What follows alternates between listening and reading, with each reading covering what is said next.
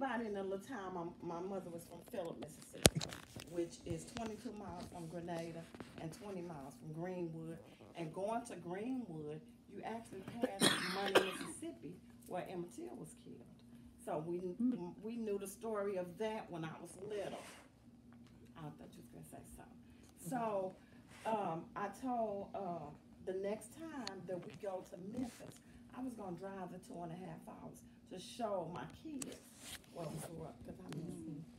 And my daughter and my granddaughter are the only ones to get a pass, because they're allergic to everything. They're allergic to all tree nuts, all fresh fruits, peas, soy. They're allergic to everything. So them the only kids that get a pass that, okay, we can't cook this, they got to eat this, because they're allergic to everything. But, and my son is like, well, I don't like that. Well, son, I don't know what you're going to eat. I have a 13-year-old. He was like, well, can I cook this? No, this is what we're having for dinner. I don't know where you get that from. We don't cook 2 or 3 meals. And he'd be like, Dad. He'd be like, I ain't going there. I didn't have one. I got to live here. yeah, the kids, they missing out. And I tell them, they missing out on the good home food. So Tomatoes. Oh, yeah, they was So all different. on the vine. You know, all around the vine. You just go out there and get them. We made fresh lemonade, tea right in the windowsill, and Kool-Aid. What's Kool-Aid? We used to cut up lemons and make the lemons, and you put the tea. You know what I'm talking about. Oh, I know what you're talking about. You put the tea right in the windowsill, and that's how And let it sit. Yeah. What do you put in it? Sun tea. Fancy. Sun tea. What are you making the tea with? We had tea bags. We had Oh. tea bags still. But they even But had you didn't do you could all- just get leaves out the herbs. Yeah, you can do that too. The leaves, but I mean we did everything like soda and Kool-Aid. What was that? And the homemade ice cream. My grandmother used to I've make never had homemade that. ice I've cream. You know what? Never We'll had make. it. I'll make. Oh That'll be my thing to make I've for the never- party, because I got a machine. I You gave got a my churner? machine away, but I used to make Oh, wow. homemade Yeah. ice cream, That's what you want strawberry, the good one. peach, always. Oh my goodness. And when I had when I was teaching little kids, before they came up with all these rules and regulations, all that stuff, cooking is really a science. So when we had to learn about how cold would turn liquid into a solid, I would make ice cream. And then how does heat turn liquid into a solid? I fry eggs. So I was always cooking, always cooking, showing them that this is really a science, and There used to be snow ice cream, but if we eat some now, we'll light up. oh yeah, Be glowing in the dark. get it off the windowsill. Yeah. Put up off the windowsill. You're not gonna get out of this. What is he protecting her?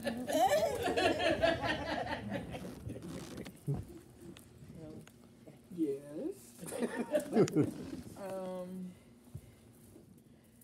Well, me, I used to watch like my aunts and stuff cook. So how I learn how to cook is I just mimic what I've seen them do. I don't go by recipe books. I go off what's in my head, or what I have seen. I'm a visual learner. So when I see things, I like to experiment with it and try to teach them what I know. And they're like, what a book said. Like, you don't need a book. This is what I'm going to tell you, and this is what it is. And that's that. So I do like to experiment and cook. I love cooking. And they're my guinea pigs. So I just remember what I learned from like my aunts and stuff when they used to cook like for holidays and family reunions. Everybody bring in dishes, and when I take something and look at it, like, okay, this is this, that, and I go home and do it myself. Or I have been cooking since I was probably about 11. So mimicking what I have seen in the experiments of watching all the elders in my family get together and put the food together and go from there. So I remember when I tried to barbecue for the first time. Seen it on TV. I thought it was supposed to be a flame. So I had to keep the flame going while the meat was on the grill. It didn't work out correctly. So that was like a whole lot of meat that went to waste because I thought the flame was supposed to keep it grilled and hot. But as I learned, there is not supposed to be a flame. It goes off the grill being hot from the coals. So because I couldn't master the coals, so I had to go with the propane and the electric. I couldn't figure out the whole coal thing going on. So, I mean, I like to experiment. I like to cook. And as you say, it is a science because it's you experimenting and not knowing what's going to come out at the end. So I just use my knowledge and try to teach my children so when they are able to have families, if I allow them to, that they'll know what to do. Hey, kids. Shalonda's husband is the closest I've found to my father's barbecue. Because my dad used to get up like before sun up in the morning and get his kindling and all his little sticks and different stuff and make. I cannot and his fire master would that. last all day. I can't even master get the that. cubes to last all day.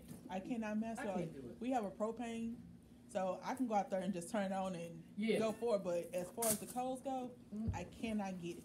Now, that's one thing he will not touch. He's not. If it's not his coals and his wood, I can't get it right. I can put Okay. every tree Coals branch in the and yard, the sticks, the coal, the newspaper, the He phone is book, the not. kids' school books. It would not stay. None of that. I can have the kids going out getting twigs, and I could be using a whole bottle of lighter fluid trying to get this stuff. I know. And it be like when they get done, it's like lighter fluid. So I don't deal with the whole charcoal. If it ain't something simple, I'm good. Like the propane, I mastered that. Like you say dinner, hold on, give me 1 second. I go turn it on, get the meat ready, go throw it on there. Like okay, give me about 30 minutes, 40 minutes, depends on what I'm cooking. Get it together while I'm cooking side items. But I love to experiment. Like I can see things and go from there. Like when I experiment, they be thrilled because they don't know what's gonna happen or what we finna do. Or I got so much stuff in the ice box. It's like okay, I made crab ragoon, stuffed meatloaf, all kinds of things I didn't see on TV, and they be looking like, when we gonna make it? I don't know. I'm on something else.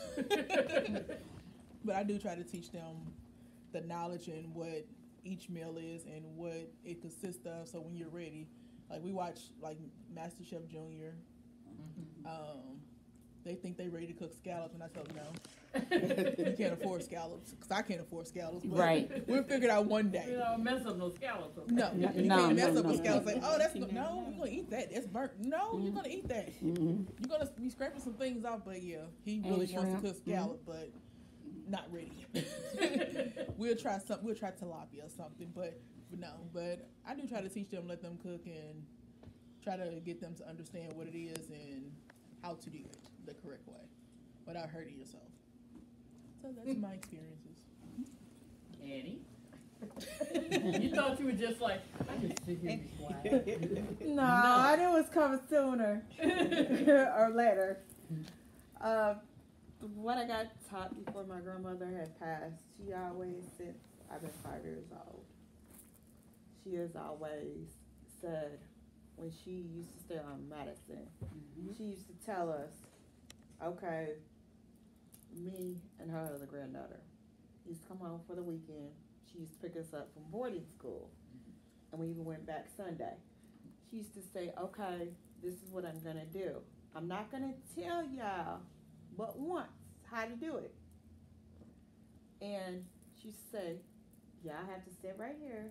We used to like, oh man, we don't want to.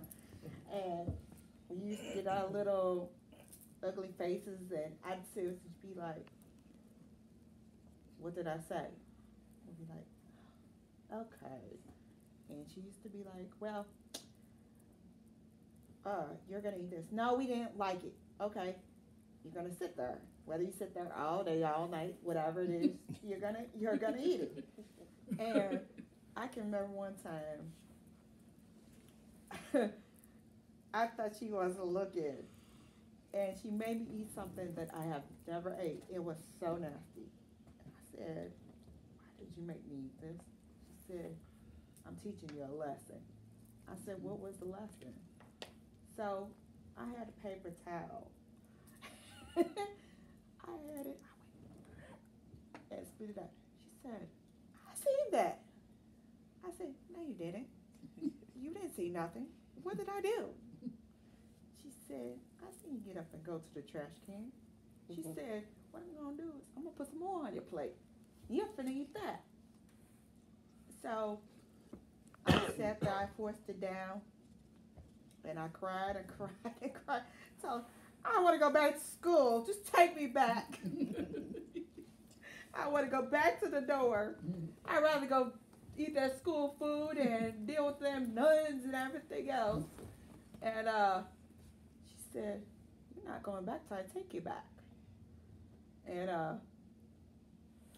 at that moment, I said, "Well, okay." She said, "Either you eat it or I'll whoop your ass." That's just the bottom line.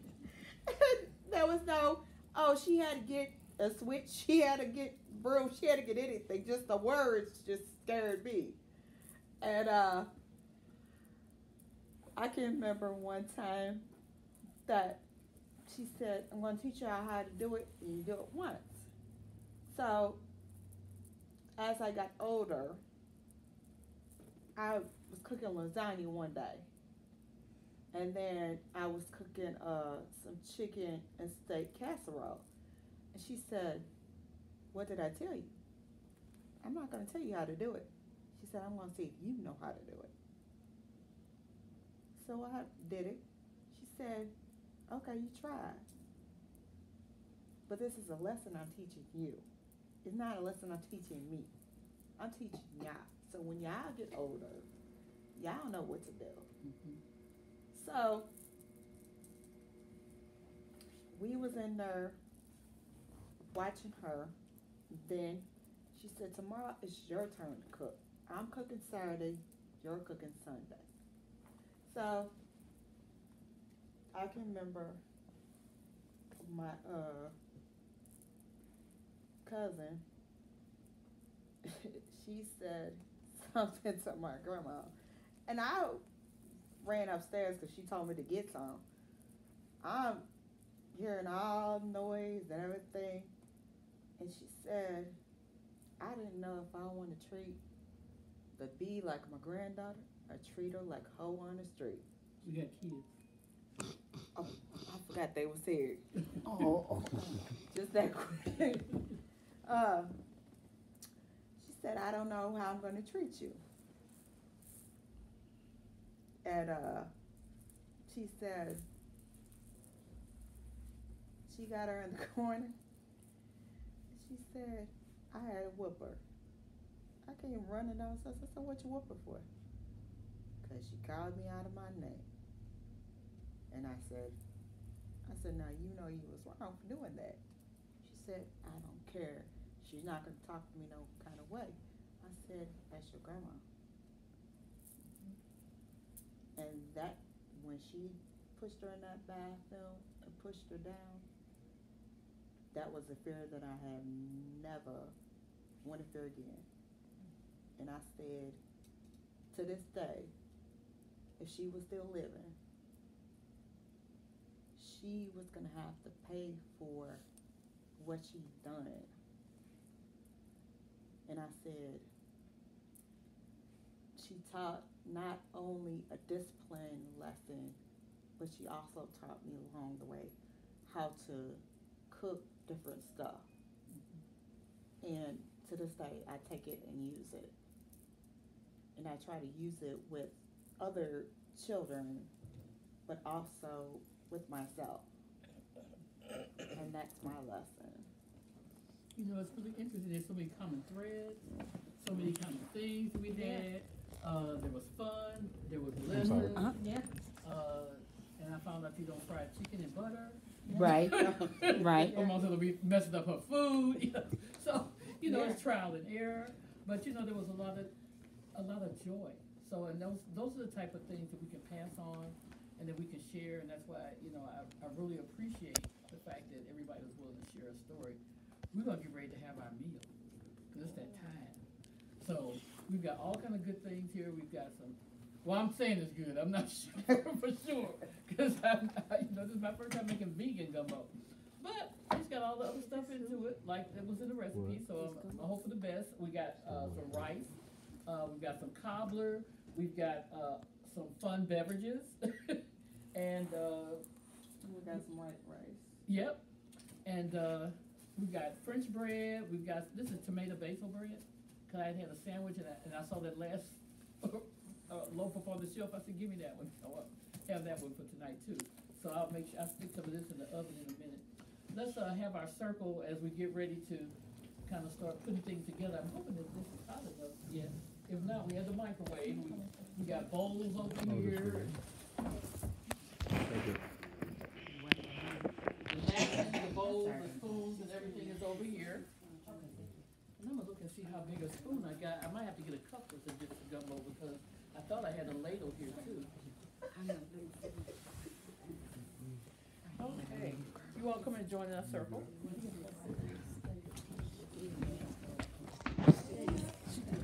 Thank you. Somebody else do it You tonight. know, thank you very much. Thank you very much. Somebody else do it tonight. Who's gonna do it tonight?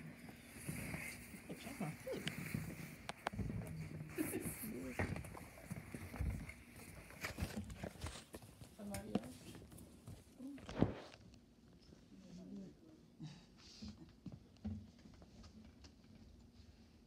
Okay. Lord. Oh, gracious God, we thank you for the gathering of brothers and sisters here, of adults and children. We thank you for all the stories and all the memories that we share. Now bless us as we prepare to share our weekly meal together. Bless the food for our physical bodies and bless our time together for our spirits. Amen. Amen. So, give me my stiff self. I got it. I got it.